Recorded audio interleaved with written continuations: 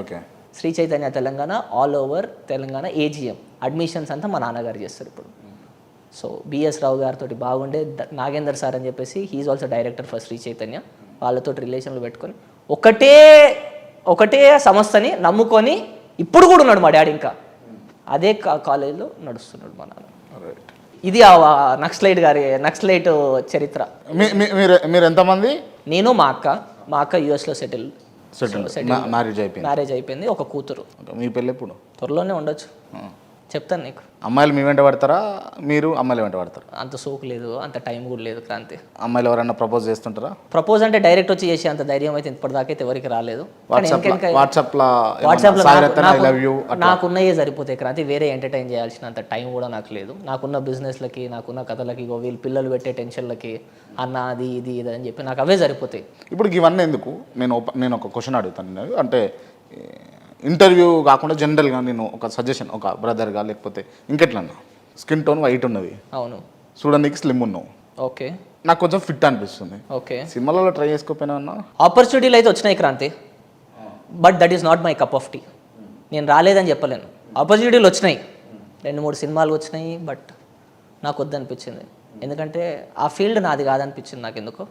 So సేవా కార్యక్రమం, business చేసుకోవడం, ఇంట్లో ప్రశాంతంగా ఉండడం, జనాలకు ఏదైనా ఉంటే ఆపద ఉంటే నిలబడడం, నాతో అయ్యే స్థాయి అని చెప్పి నాకు అనిపించి నేను దాన్ని ఎంచుకున్నా. మీకు ఆర్ఎస్ఎస్ తోటి, బీజేపీ పార్టీ నాయకులతోటి బాగా టచ్లో ఉంటారు అని చెప్పేసి విన్నా, నిజమేనా? పార్టీ టచ్ అదంతా నాకు తెలియదు క్రాంతి. ఆర్ఎస్ఎస్ సిద్ధాంతాలు నేనైతే నమ్ముతా, కొద్దిగా నమ్ముతా, నేను కాదని నేను అంటలేను, నమ్ముతా. ఎందుకంటే కొంతమందితో నేను ట్రావెల్ చేసిన, నేను జనరల్గా అడ్మైర్ చేసే గురూజీ కూడా Kalladka Prabhakar Bhat, RSS south India secretary, మా గురూజీ ఆయన బిఎల్ సంతోష్ కూడా గురూజీ అనుకుంటా. అవును, ఆయన బిఎల్ సంతోష్ గారికే కాదు, ముకుంజీ అని చెప్పి కర్ణాటకలో ఉంటారు, ఆయన కూడా ఆర్ఎస్ఎస్, ఆయనకు కూడా గురువు ఆయన. ఎట్లా అంటే ఒక భూపాలపల్లి నుంచి హైదరాబాద్ వచ్చి, హైదరాబాద్ నుంచి మీరు ఇంత ఇన్ఫ్లుయెన్స్ ఎట్లా చేసుకున్నారు అసలు అర్థమవుతలేదు నాకు. ఒక్కొక్కసారి కూర్చొని ఆలోచిస్తే నువ్వు అడిగిన క్వశ్చన్కి నీకే అర్థం కాదు, నాకే అర్థం కాదు. నేనేనా ఇక్కడ నుంచి అక్కడ దాకా వెళ్ళింది, నేనేనా ఇదంతా కార్యక్రమాలు చేస్తుంది అంటే మనలో ఒక జీల్ అనేది ఉండాలి క్రాంతి. జీల్ ఉంటే మనిషి ఎక్కడికైనా సాధ్యం అని చెప్పేసి జనరల్గా జనరల్గా ఒక నమ్మకం అది నాకు. ఒక జీల్ అనేది that will take you to the Everest, but that zeal should be there in the life. ఇది మనం కావాలి, ఇది మనం చేయాలి, పట్టుదల అంటాం తెలుగులో, జీల్ అని ఇంగ్లీష్లో అంటాం మనం. సో అదొకటి ఉంటే జనరల్గా ఏదైనా సాధ్యమవుతుంది అంతే. మీరు ఎట్లా బీజేపీలతో ర్యాప్ పెంచుకున్నారు? మళ్ళీ బీజేపీ అని 100 సార్లు అంటారు. ఇప్పుడు బీజేపీని అంత దేక్తలేరు కానీ బీఆర్ఎస్ కాంగ్రెస్ వాళ్ళ చోటు తిరుగుతున్నారు కానీ అది వేరే అంశం. ఫస్ట్ అది చెప్పండి. ఇప్పుడు బీఆర్ఎస్ కాంగ్రెస్ అదేంటి? సరే అది చెప్పండి అన్న. అది చెప్పిన తర్వాత నేను గోవాలో కాంట్రాక్ట్ చేసేటోని, ఓకే, హౌసింగ్ బోర్డులో కన్స్ట్రక్షన్ నాది. సో అట్లా నేను గోవాకి వెళ్ళిన. జనరల్గా మెయిన్ గోవాకి పోవాల్సిన కారణం ఒక ప్రాజెక్ట్ వల్ల వెళ్ళిన. సో ప్రాజెక్ట్ వల్ల వెళ్ళిన తర్వాత అక్కడ నాకు కొద్దిగా లోకల్గా బాగా సర్కిల్ పెద్దగా అయిపోయి సీఎం లెవెల్ దాకా ఉంది, నేను కాదని నేను అంటలేదు. సీఎం లెవెల్ దాకా నాకు పరిచయాలు ఉన్నాయి, గవర్నర్ లెవెల్ పిల్లయ్య గారు కూడా నాకు పరిచయము. ఇది ఎట్లా పరిచయం ఏర్పడ్డదంటే గోవా ఎలక్షన్లో నేను సాల్సైట్ అని ఉంటుంది ఒక 6 కాన్స్టిట్యుయెన్సీలో. కిషన్ రెడ్డి గారు అసలు ఫస్ట్ టైం కిషన్ రెడ్డి గారిని కలవడం అప్పుడు 2021 అన్న 22 ఉన్నది చెప్తా, 21, 22లో ఎలక్షన్, 22లో అయినాయి, 22 ఫిబ్రవరిలో అయినాయి ఎలక్షన్స్. ఇప్పుడు గుర్తొచ్చింది నాకు, 22 100%. కిషన్ రెడ్డి గారు అంటే నేను జనరల్గా అనుకున్న ఒక సెంట్రల్ మినిస్టర్, ఒక అబ్బా కథ అసలు సినిమా వేరుంటుందని నేను అనుకున్నా. మనిషిని చూసిన తర్వాత అసలు నాలో నేను అనుకున్నదే వేరు, తప్పు అని చెప్పి నేను అనుకున్నా.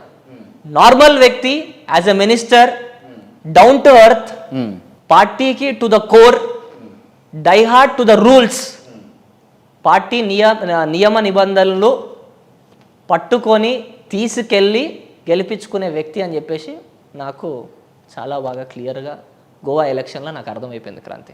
రైట్. గోవా ఎలక్షన్లలో మీరు ఒక 5-4 కాన్స్టిట్యుయెన్సీలు ఇన్ఫ్లుయెన్స్ చేసి గెలిపించుకున్నారట, నిజమేనా? ఇది నిజమే, అది నిజమే. కానీ ఇన్ఫ్లుయెన్స్ అని మాత్రం వాడద్దు.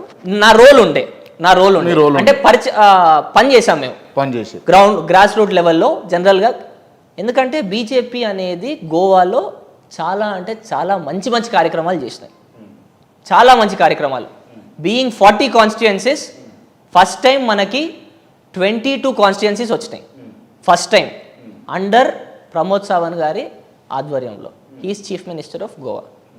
సో సాల్సైట్ అని చెప్పేసి కిషన్ రెడ్డి గారికి ఇన్ఛార్జ్ ఇచ్చారు. ఫతోడా నుంచి స్టార్ట్ చేస్తే Canacona all 7 or 8 6 constituencies Kishan Reddy గారు ఇన్ఛార్జ్. సో కిషన్ రెడ్డి గారితో అప్పుడు నాకు పరిచయం ఏర్పడ్డది. అండ్ ఆయనతోటి జనరల్గా ఏదన్నా నేర్చుకోగలుగుతామా అని చెప్పేసి ఆయనతోటి పనిచేస్తే నా ప్రభావం కొద్దిగా అక్కడ కాన్స్టిట్యున్సీలలో పడ్డది. ఎందుకంటే లోకల్ నేను కొంకిని మాట్లాడతా దాంతోపాటు. సో లోకల్లో నాకు కొద్దిగా పరిచయాలు ఉన్నాయి. సో దాంతోపాటు కిషన్ రెడ్డి గారు కూడా ఈ పిల్లోనికి కొద్దిగా పరిచయాలు ఉన్నాయి, కొంతమందిని ఇన్ఫ్లుయెన్స్ చేస్తాడు అని చెప్పి నమ్మిండు. దగ్గర తీసిండు, అక్కడ గోవాల దగ్గర తీసి ఆయనతోటి పెట్టుకొని పని చేయడం స్టార్ట్ చేసినాం మేము. గ్రౌండ్ రూట్లో జనరల్గా ఏమేం పథకాలు జనాలకు రీచ్ అయినాయి అవన్నీ చెప్పుకుంటూ కానీ అట్లా అని చెప్పేసి నేను బీజేపీ పార్టీలు ఉన్నా అని చెప్తలేను నేను. నువ్వు దానికి మళ్ళీ తర్వాత అడిగేసి ఇంతగానం చేసినావు, మళ్ళీ నువ్వు పార్టీలు ఎందుకు జాయిన్ అవుతావు అవన్నీ ఇప్పుడే అడగకు. ఇప్పుడు అంత కాదు కానీ నేను ఏమంటా అంటే బీజేపీలో మీకు చాలా పరిచయాలు ఉన్నాయి. అవును, మీరు బీజేపీలో కొంతవరకు ఇన్ఫ్లుయెన్స్ చేసుకుంటున్నారు. ఇన్ఫ్లుయెన్స్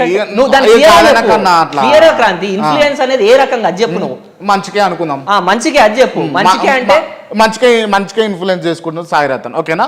ఆ రకంగా కాదు క్రాంతి. మంచి పనులకి ఏదైనా స్కీములు రాకపోయినా జనరల్గా అట్లాంటి దానికి ఏదైనా జనరల్గా ఓపెన్గా చెప్తున్నా, వికలాంగులు ఉన్నారు వాళ్ళ ఫైల్ మూవ్మెంట్ అయితే లేదు, జనరల్గా అట్లాంటివి చెప్తే నేను చెప్తాబ్బా అన్న వాని కాళ్ళు లేవన్నా ఏదో ఒకటి చేసేసారు అన్న, కొద్దిగా అర్థం చేసుకోండి ఎన్నిసార్లు తిప్పుకుంటారన్న ఆఫీస్లకు అని చెప్తా.